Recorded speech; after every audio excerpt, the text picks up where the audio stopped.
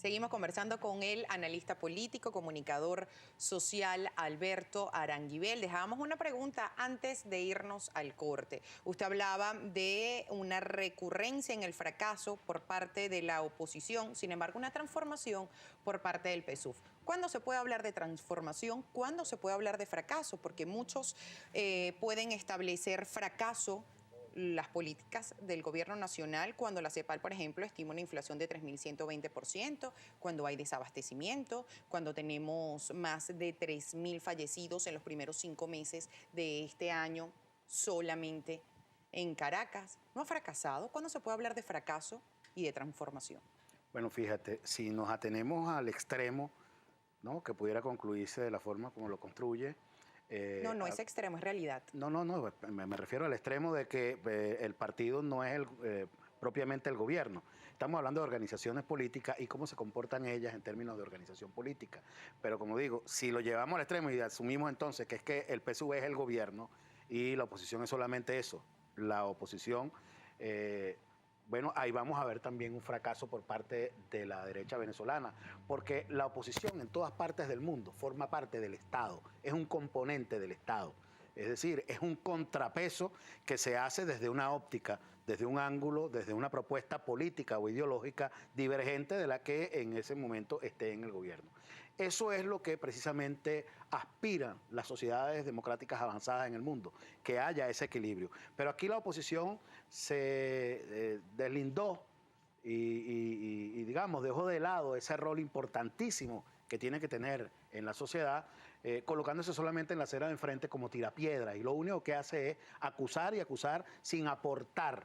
Entonces, en ese sentido, digo, desde cualquier ángulo que lo vea, también entonces tendría que asumir parte de la responsabilidad de todo ese percance, que efectivamente son problemas que tiene el país, como los hay en todas partes del mundo, pero que aquí se están combatiendo de manera sistemática, intensiva, como por ejemplo el de la criminalidad, los delitos que se dan de homicidio, etcétera, y como los que tienen que ver con el aspecto económico, en lo cual los sectores de la oposición, los sectores de la derecha, el sector privado tiene muchísimo que ver, porque como lo ha visto el país entero, lo que ha habido son dos actores en esa guerra económica.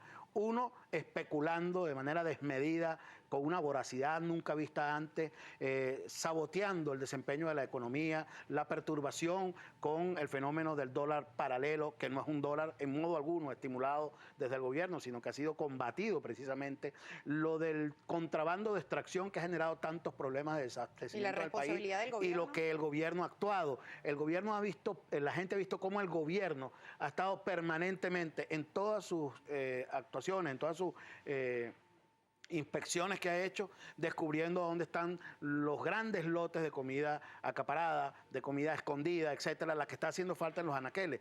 Sería en algún caso, pues digamos, digno de reproche el Partido Socialista Unido de Venezuela si no estuviera incorporado en esa lucha por tratar de contener los desmanes de esos sectores que están atacando la economía venezolana desde el sector privado, desde la derecha. El PSUV tiene responsabilidad en lo que tiene que ver con la inflación, en lo que tiene que ver con desabastecimiento, en lo que tiene que ver con escasez, porque usted habla de responsabilidad de acaparamiento que existe, especulación, claro, que existe, pero hay responsabilidad por parte del gobierno, porque el gobierno estableció la unificación cambiaria hace más de una década. ¿Quiénes son los que tienen la mayoría de los controles de las empresas? ¿Qué pasó con Cadivi? ¿De quién se estableció esa corrupción en Cadivi? Pero espérate, vamos por parte. O sea, Cadivi no es lo que perturbó la economía. Lo que perturbó la economía fue la delincuencia que se hizo en el manejo ilegal de la divisa que es otorgada por Cadivi. Cadivi es la instancia para frenar la evasión que se dio desde siempre. Es decir, en cualquier signo político, la intención que va a tener el capital privado es tratar de sacar mayor provecho cada vez más. Y eso lo vimos en el pasado, en 1984, la crisis económica que hubo en Venezuela, probablemente la más grande que hubo en Latinoamérica, fue precisamente el saqueo que hubo de las reservas internacionales por parte de ese mismo sector privado que ha tratado de jugar a eso en este momento y que ha sido contenido, entre otras, por ese mecanismo eficiente que fue durante mucho tiempo el Cadivi y que ha debido ser rectificado precisamente por la presión delincuencial de sectores tratando de... Usted define que Cadivi fue eficiente. Cadivi Claro, a lo sí. largo del tiempo no pudo ser Si no eficiente hubiera, porque lo cambiaron si no hubiera a habido 5X. Cadivi en Venezuela, no habría quedado un solo dólar desde hace más de una década en las reservas internacionales. ¿Y por qué el gobierno nacional entonces establece una unificación cambiaria ahorita si es tan eficiente los sistemas de control de cambio? Eso me lo va a responder, espérese. Eso me lo va a responder. No respondimos la otra tampoco. Las dos cosas. Ok. Me comprometo con usted, me lo va a responder en la próxima parte de Primera Página, unos minutos más. Ya regresamos.